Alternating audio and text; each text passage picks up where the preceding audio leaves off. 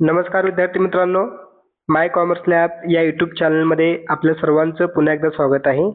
विद्यार्थी मित्रांनो, आजच्या व्हिडिओमध्ये आपण बीकॉम फर्स्ट इयरच्या विद्यार्थ्यांसाठी सोलापूर विद्यापीठाच्या बेसिक्स ऑफ कॉमर्स या विषयाचं मागील वर्षाच्या प्रश्नपत्रिकेचं विश्लेषण करणार आहे. ही जी प्रश्नपत्रिका आहे ऑक्टोबर-नोव्हेंबर 2025 रोजीची प्रश्नपत्रिका आहे. बघा, तारीख तुम्ही या ठिकाणी बघू शकता, 6 नोव्हेंबर 2025. 30 मार्कासाठी प्रश्नपत्रिका आहे. तर त्याचं विश्लेषण आपण अगदी थोडक्यात या व्हिडिओच्या माध्यमातून बघणार आहे, जेणेकरून तुम्हाला अभ्यास करण्यासाठी हे सोयीस्कर होईल. बघा, यामध्ये प्रश्न पहिला अ, खालील दिलेले योग्य पर्याय निवडून गाळलेल्या जागा भरा. 4 मार्कासाठी हा प्रश्न आहे. ठीक आहे, एकूण 4 प्रश्न आहेत, म्हणजे एका प्रश्नासाठी 1 मार्क, असे एकूण 4 मार्क या ठिकाणी तुम्हाला 4 प्रश्नांसाठी असणार आहेत. पहिला प्रश्न बघा, त्यातील लघु उद्योगाने त्याच्या उत्पादनाच्या 50% पेक्षा जास्त निर्यात केल्यास टिंब युनिटचा दर्जा मिळू शकतो. काय सांगितलं प्रश्न बघा, व्यवस्थित वाचा.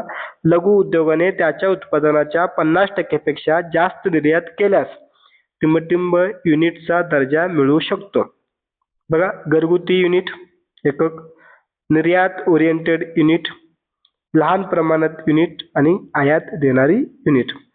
तर बघा, आपण अगोदर हे संकल्पना समजून घेऊयात. जेव्हा एखाद्या लघु उद्योगाने आपल्या एकूण उत्पादनाच्या 50% किंवा त्यापेक्षा जास्त जर निर्यात केला असेल, म्हणजे परदेशाला वस्तू पाठवल्या असेल, तर त्या उद्योगांना काय होतो, निर्यात ओरिएंटेड युनिटचा दर्जा मिळतो. किती? जर 50% किंवा त्यापेक्षा जास्त जर निर्यात केला असेल तर त्याला आपण काय म्हणतो, निर्यात ओरिएंटेड युनिटचा दर्जा मिळतो. ऑप्शन क्रमांक बी हे या प्रश्नाचं योग्य उत्तर आहे. पुढे बघा, प्रश्न दुसरा जो प्रश्न आहे, काय सांगितलंय, लघु उद्योगातील गुंतवणुकीची मर्यादा टिंब इतकी आहे. ऑप्शन 1 कोटी, 2 कोटी, 5 कोटी, 10 कोटी. आता आपण सुरुवातीला हे समजून घेऊयात. लघु उद्योगामध्ये एक लघु उद्योगासंदर्भात एक कायदा आहे, ज्याला आपण MSME ऍक्ट 2006. ठीक आहे, ऍक्ट आहे कोणता? MSME म्हणजेच micro small and medium enterprise. हे ऍक्ट आहे कधीचा? 2006चा. आता ह्या ऍक्ट नुसार काय केलंय, पूर्वी कधीचा ऍक्ट आहे? 2006चा. ह्या ऍक्ट नुसार उद्योगातील गुंतवणुकीची मर्यादा त्यांनी ठरवून दिली. काय केलं बघा, त्यामध्ये 2 भाग केले गेले. एक आहे उत्पादन, एका बाजूला मॅन्युफॅक्चरिंग आणि एका बाजूला सर्व्हिस, सेवा. ठीक आहे, तर बघा,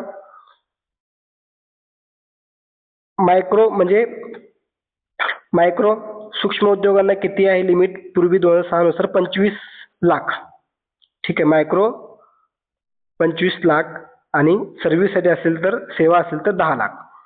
त्यानंतर स्मॉल, ठीक आहे, म्हणजे लघु उद्योगासाठी 5 करोडची गुंतवणूक मर्यादा आणि सर्व्हिस असेल तर 2 करोड आणि मध्यम उद्योग असेल तर 10 करोड आणि पुढे आहे सेवासाठी असेल तर 5 करोड.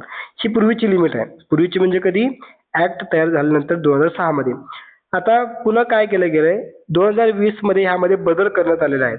2020 मध्ये उत्पादन आणि सेवा ह्या दोन्ही एकत्रित करण्यात आलेला आहे. ठीक आहे, आता उत्पादन आणि सेवासाठी वेगळी लिमिट होती पूर्वी, आता लिमिट एकच आहे. मग त्यासाठी काय केलं, आता नवीन जी लिमिट आहे 2020 नुसार मॅन्युफॅक्चरिंग आणि सर्व्हिस दोन्हीसाठी एकत्र आहे. ठीक आहे, जर सूक्ष्म उद्योग असेल तर त्याचं लिमिट आहे 1 करोड. जर लघु उद्योग असेल तर त्याचं लिमिट आहे 10 करोड आणि मध्यम उद्योग असेल तर त्याचं लिमिट आहे 50 करोड. आता आपला प्रश्न बघा काय विचारला आपल्याला, लघु उद्योगातील गुंतवणुकीची मर्यादा किती आहे लघु उद्योगाचं? 10 कोटी रुपये. ठीक आहे, लक्षात घ्या, 10 कोटी रुपये हे लघु उद्योगातील गुंतवणुकीची मर्यादा आहे. हे बदललेलं आहे, पूर्वी वेगळं होतं, आता 2020 नुसार हे बदललेलं आहे. ठीक आहे, पुढे बघा, तिसरा प्रश्न, व्यवसायाच्या उद्देशाची वैध व्याख्या म्हणजे नफा मिळवणे, सोसायटी सेवा देणे, ग्राहक निर्माण करणे आणि फर्मची संपत्ती वाढवणे. तर बघा मित्रांनो, व्यवसाय कोणताही व्यवसाय हा नफा मिळवण्यासाठी असतो आपल्याला माहितीच आहे. पैसा कमावणे, नफा मिळवणे हा त्यांचा मुख्य उद्देश जरी असलं तरी त्याची वैध व्याख्या जर म्हटलं, कायदेशीर व्याख्या जर विचारलं गेलं तर आपल्याला काय येतं? ग्राहक निर्माण करणे. कारण का ग्राहक जर आपल्याकडे निर्माण झाले तर ऑटोमॅटिक आपल्याला पैसा मिळणार आहे, नफा वाढणार आहे. त्यामुळे वैध व्याख्या जर विचारलं तर काय आहे? ग्राहक निर्माण करणे हा व्यवसायाचं वैध व्याख्या आहे. लक्षात घ्या, नफा मिळवणे नाहीये. नफा मिळवण्याचा हा उद्देश जरी असला तर कायदेशीर व्याख्यामध्ये आपल्याला काय करायचं आहे? ग्राहक निर्माण करणे. ग्राहक निर्माण झाल्याचा अर्थ तुमच्याकडे पैसा येणार आहे, नफा वाढणार आहे. पुढे बघा, चौथा प्रश्न. व्यवसाय म्हणजे टिंबटिंब. व्यापार, वाणिज्य, वस्तूंची विक्री आणि खरेदी, उद्योग आणि वाणिज्य. तर बघा, खूप चांगला प्रश्न आहे. व्यवसाय म्हणजे कन्फ्युजिंग प्रश्न आहे. तुम्हाला या ठिकाणी चारही ऑप्शन बरोबर वाटतील. व्यापार पण आहे, वाणिज्य पण आहे, वस्तूंची विक्री आणि खरेदी पण आहे आणि उद्योग आणि वाणिज्य पण आहे. तर आपल्याला जे एकदम स्टँडर्ड आन्सर आहे याच्यामध्ये तर कुठला आहे? उद्योग आणि वाणिज्य. कारण वाणिज्यामध्ये सगळ्याच गोष्टी आल्या. व्यापार आलं, वाणिज्य आलं, वस्तूंची खरेदी विक्री आलं, सगळंच आलं. आणि म्हणून याचं उत्तर आहे उद्योग आणि वाणिज्य. ठीक आहे. तर हे या प्रश्नाचं बरोबर उत्तर आहे. उद्योग आणि वाणिज्य म्हणजे काय? व्यवसाय. ऑप्शन नुसार. पुढे बघा, प्रश्न पहिल्यातील ब. चूक की बरोबर ते लिहा. 2 मार्कासाठी एक प्रश्न विचारले गेले. पहिला प्रश्न आहे, शाळेसाठी क्रिकेट खेळणारा विद्यार्थी हा आर्थिक क्रियाकलाप नाही. बरोबर आहे. बघा, एखाद्या शाळेमध्ये खेळणारा क्रिकेट खेळणारा मुलगा तो पैसा कमवतो का? म्हणजे आर्थिक आर्थिक काम करतोय का तो? म्हणजे पगार मिळतोय, त्याला मानधन मिळतंय का? तर नाही. तर तो शाळेसाठी खेळत आहे, बिगर आर्थिक क्रिया आहे. ठीक आहे. जर तो व्यक्ती त्या क्रिकेट पासून जर त्याला जीवन जगण्यासाठी जर त्याला पैसे मिळत असतील, पगार मिळत असेल, मानधन मिळत असेल तर तेव्हा मात्र ते काय होईल? आर्थिक क्रियाकलाप होईल.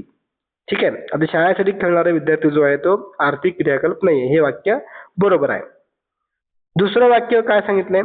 लघु उद्योग ज्यामध्ये प्लांट आणि यंत्रसामग्रीच्या स्थिर मालमत्तेतील गुंतवणूक 10 कोटी रुपयापेक्षा जास्त राहील. बरोबर आहे. आता आपण ऑप्शनमध्ये वर रिकाम्या जागा बघितलं बघा. लघु उद्योगाची लिमिट जी आहे किती? 10 आहे. लघु उद्योगाला 10, सूक्ष्म असेल तर 1 कोटी आणि मध्यम उद्योग असेल तर किती? 50 कोटीचं लिमिट आहे. लक्षात ठेवा हे पण. सूक्ष्म असेल तर 1 कोटी, लघु उद्योगाला 10 कोटी आणि मध्यम उद्योग जे आहे ते त्यांना 50 कोटीची लिमिट आहे. तर पुढे बघा, आणखी काय प्रश्न बघूयात आपण जेणेकरून पेपरच्या दृष्टिकोनातून आपल्याला हे अभ्यासाला उपयोग असतील. प्रश्न दुसरा, थोडक्यात उत्तर लिहा किंवा टिपा लिहा. 6 मार्कासाठी हा प्रश्न आहे. 3 मार्काला एक प्रश्न असणार आहे. व्यवसायाची उद्दिष्ट स्पष्ट करा. व्यवसायाचं काय उद्दिष्ट असणार आपल्याला सांगायचं आहे. लघु उद्योगाची संकल्पना स्पष्ट करा. लघु उद्योग म्हणजे काय? ती संकल्पना आपल्याला या ठिकाणी संकल्पना, अर्थ आणि व्याख्या आपल्याला या ठिकाणी स्पष्ट करायचं आहे. तर पुढे बघा, प्रश्न तिसरा, खालील प्रश्नाचे दीर्घोत्तरी उत्तर लिहा. 6 मार्कासाठी एकच प्रश्न आहे, कोणताही ऑप्शन नाहीये. निर्यात, आयात आणि उद्यम आणि त्यांची कार्यपद्धती स्पष्ट करा असं म्हटलंय. निर्यात म्हणजे काय? आयात म्हणजे काय? उद्यम आणि त्यांची कार्यपद्धती आपल्याला सांगायचं आहे. निर्यात, आयात आणि उद्यमचा अर्थ सांगून आपल्याला कार्यपद्धती स्पष्ट करायचं आहे. चौथा प्रश्न, खालील प्रश्नाचे दीर्घोत्तरी उत्तर लिहा. कोणताही एक. 2 प्रश्न विचारले आपल्याला, त्यापैकी एक लिहायचा आहे. 6 मार्काला प्रश्न आहे हा देखील. व्यापाराचे प्रकार स्पष्ट करा. व्यापाराचे प्रकार कोणकोणते आहेत आपल्याला ते लिहायचं आहे. आणि पुढे व्यवसाय, उद्योग आणि वाणिज्य यामधील फरक स्पष्ट करा.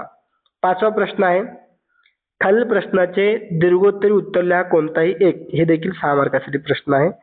2 प्रश्न विचारले आपल्याला, त्यापैकी एक उत्तर लिहायचं आहे. व्यवसाय आणि रोजगाराच्या आर्थिक आणि गैर आर्थिक क्रियाकलापांचे स्पष्टीकरण करा किंवा लघु उद्योगाचे फायदे स्पष्ट करा. तर आपल्याला जो प्रश्न सोपा वाटतो, जो जास्तीत जास्त लिहिता येईल तो प्रश्न आपण निवडून त्याचं उत्तर लिहायचं आहे.